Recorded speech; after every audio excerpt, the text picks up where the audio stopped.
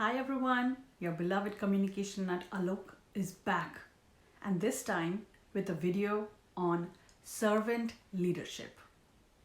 Now remember, I've done the hard work through my master's in communication from Purdue University, so I can bring you some nuggets of wisdom in strategic communication in various areas such as leadership, crisis, persuasive communication, investor relations, ethics, and personal branding. So this is a leadership topic, and let's ask the question and try to figure out, what is a servant leader? This is a term that was coined by Robert Greenleaf in 1970 to describe a leadership model that puts the concerns of the followers first.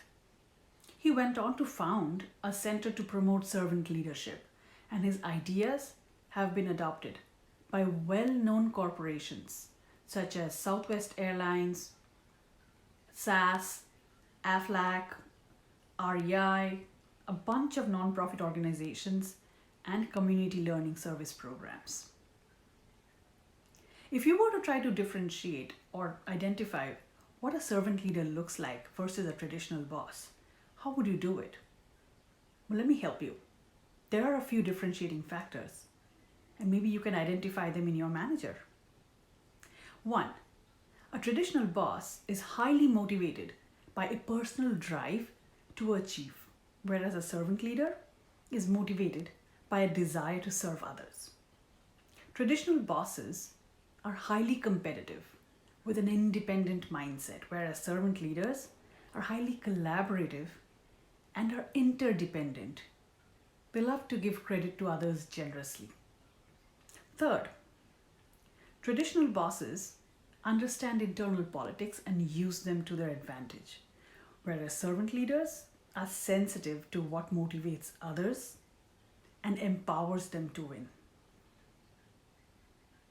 4. Traditional bosses focus on fast action, whereas servant leaders focus on getting understanding and input as well as buy-in from all parties. 5. Traditional bosses rely on facts and logic or proof, whereas servant leaders use intuition and foresight to balance these same factors. 6. Traditional bosses are eager to speak first. Servant leaders are most likely to listen first and value others' input. Finally, 7. Accountability.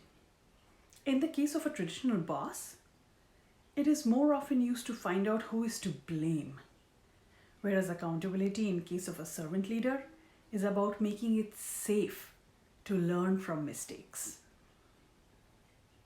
Well, there you have it. These seem to be the 7 most significant differences between a traditional boss and a servant leader. Maybe you can try and see who your manager is like. I hope you learned something interesting today. Thank you for sticking around. If you like this video, please like it and consider subscribing to this channel. And until next time, remain nutty and keep communicating.